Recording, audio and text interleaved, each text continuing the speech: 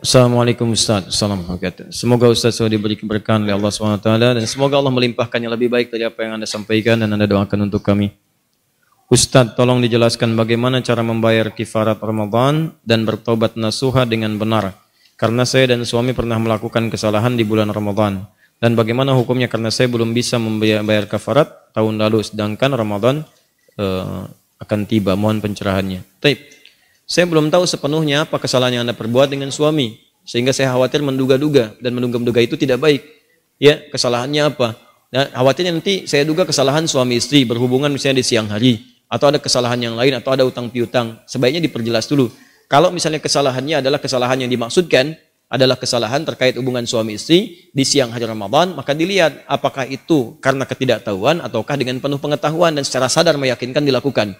Kalau sadar benar itu tahu, hukumnya tahu, kemudian dikerjakan, maka 3 alternatifnya. Ya, membebaskan budak, yang kedua kemudian memberi makan 60 orang miskin atau puasa 2 bulan berturut-turut. Turut-turut.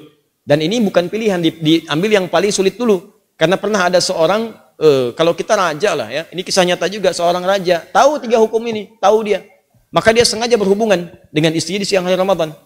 Sudah selesai, dia panggillah seorang mufti. Aku kecelakaan katanya. Kecelakaan, aku melakukan hubungan. Tolong Anda kumpulkan 60 orang miskin, saya mau berikan.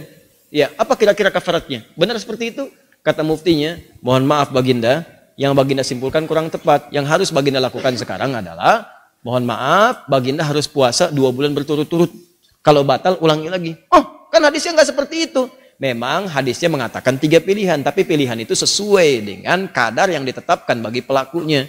Kalau Baginda kemudian menyimpulkan membebaskan seorang budak atau memberi makan 60 miskin, maka semua raja akan berlaku demikian. Karena dia punya kemampuan. Enak aja siang-siang berhubungan, habis itu kumpulin orang miskin, kasih. Ya, maka akan seenaknya syariat dipermainkan seperti itu. Paham ya? Baik, maka dari 3 pilihan ini, ada misalnya terjadi di zaman Nabi juga. Membebaskan budak, nggak punya kemampuan. Setelah itu, ya Rasulullah, apa yang harus kulakukan? Puasa 2 bulan berturut-turut. Ya Allah, ya Rasulullah, aku nggak punya kemampuan untuk itu, fisikku lemah. Udah lemah, ngelakuin lagi gitu kan. Ya Rasulullah, nggak bisa aku. Ya sudah, kalau begitu berikan 60 yang fakir miskin. Ya Rasulullah, aku orang paling miskin di sini.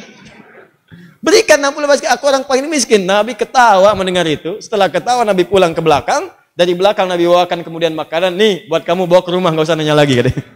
Nih, bawa ke rumah. Jadi, kalau memang itu yang terjadi, kemudian coba lihat. Pertama bertobat dulu kepada Allah. Bertobat. Ya, sampaikan kemudian permohonan ampunan kepada Allah dengan tobat yang benar, tangisi itu, minta ampunan kepada Allah. Kemudian lihat diantara itu yang bisa Anda kerjakan. Membebaskan budak itu nggak mungkin sudah tidak ada. Puasa yang Anda bisa kerjakan dicoba. Kalau kemudian Anda tak mampu dengan itu semua, maka Anda mencoba memberikan makanan kepada orang-orang miskin seperti yang tertera dalam riwayat-riwayat yang sahih seperti yang tadi kami sampaikan. Semoga Allah memberikan kemuliaan-kemuliaan. Kalau kasusnya berbeda dengan ini, maafkan saya karena saya tidak tahu kasusnya secara spesifik seperti apa. Ya.